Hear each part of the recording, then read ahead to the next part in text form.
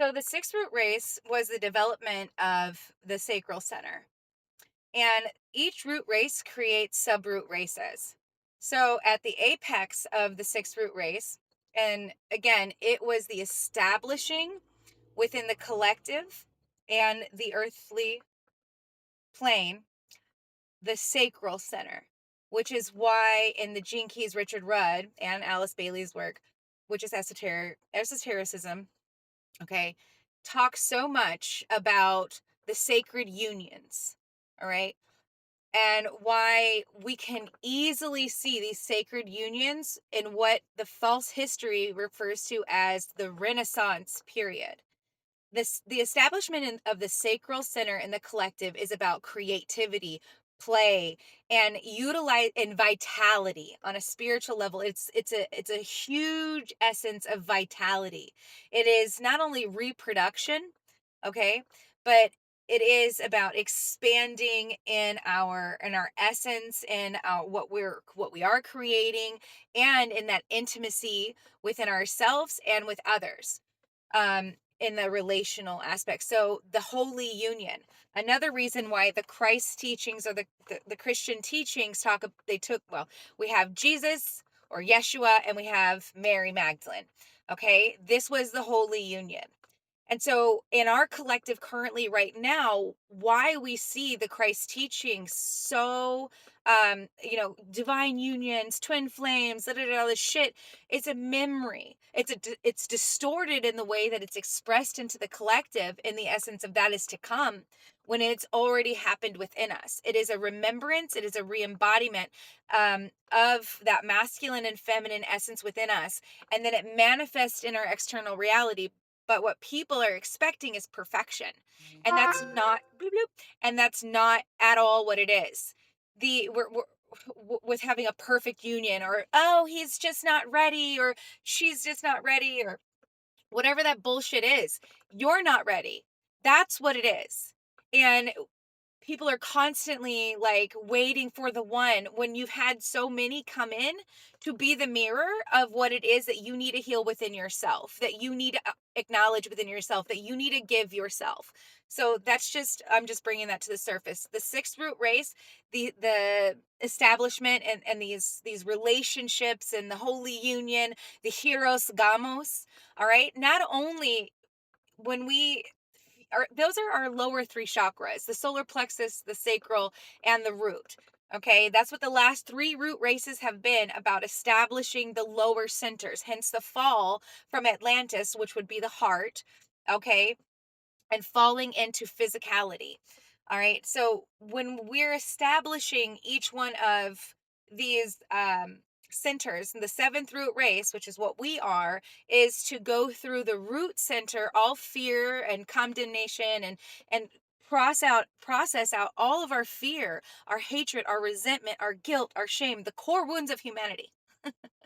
Okay, we have to process out all of the karma, and then we will be able to yoke. So ultimately, your lower three chakras have their higher counterparts.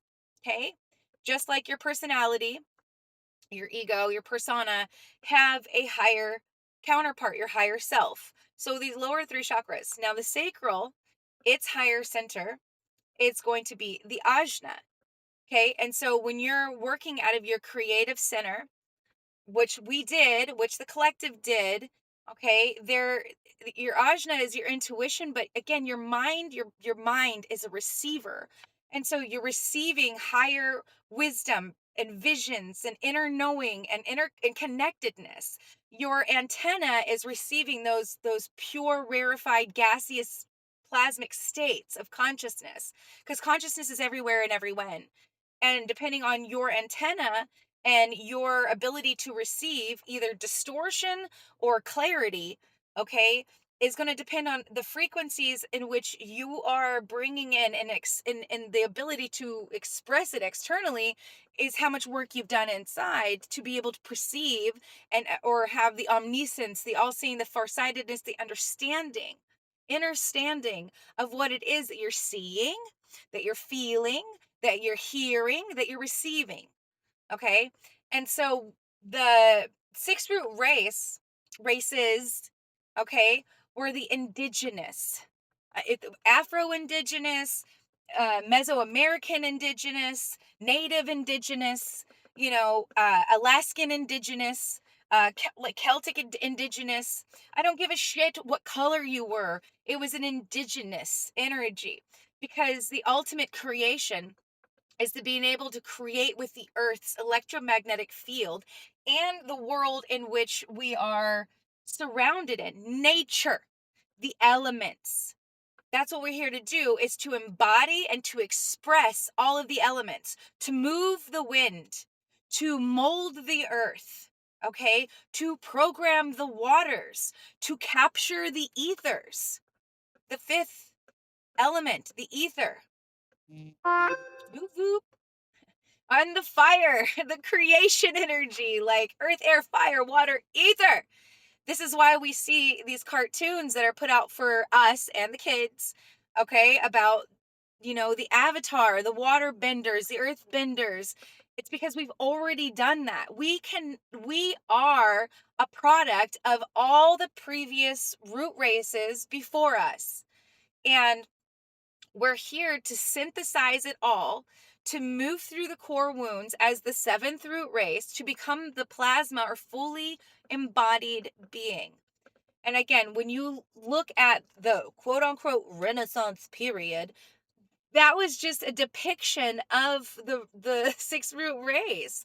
Look at the Mexican tradition. Go to a Mexican restaurant. You tell me there ain't some Sacho over there with a rose in his mouth, and she's like, yes.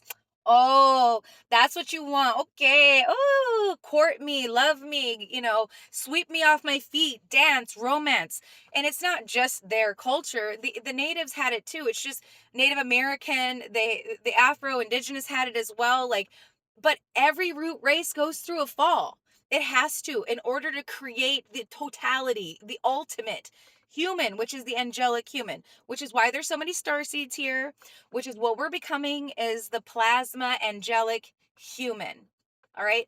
And you can put all of the dumb stories into it, the Anunnaki, the alien invasion, the takeover, the Sumers, they rewrote our DNA. How about take accountability, bitches, and we fucking did it to ourselves? How about we, not as the person that you are right now, but as the essence that you came into before? We did it to ourselves because we also had an awareness back then of the process of the greater being in which we exist within. And so we put ourselves into this program. Or you can feel like a prisoner, but that's not freedom. Accountability and being able to see beyond your own current circumstances and to take ownership and the reins of your fucking life. Like, I know I'm out here sharing this information and it goes over a lot of people's heads. It falls on deaf ears because, well, that's what happens whenever you're ahead of your time or you're meant to guide, you're meant to lead, you're meant to share. And as people become more self-aware and take accountability and heal, really do that deep, dark fucking, I don't want to know, I don't want to see it, but they really pull back those fucking layers and they stand in their darkness and they wield their light. I'm being a voice of us, of the remembrance. I remember. Not only that, it is, why the fuck would I make it up? Anyways, the whole point is to yoke the lower three centers into their higher. And it's your root chakra to your crown, it's your sacral to your ajna, and it is your solar plexus to your throat chakra. That's how it's supposed to go. That's what we're here to do, is to yoke. All right. The heart, it just expands. And that's where the transfiguration comes from a regular base Merkaba to from a dodecahedron to a stellar or stellated dodecahedron. And it all happens through the heart center. That's the shift.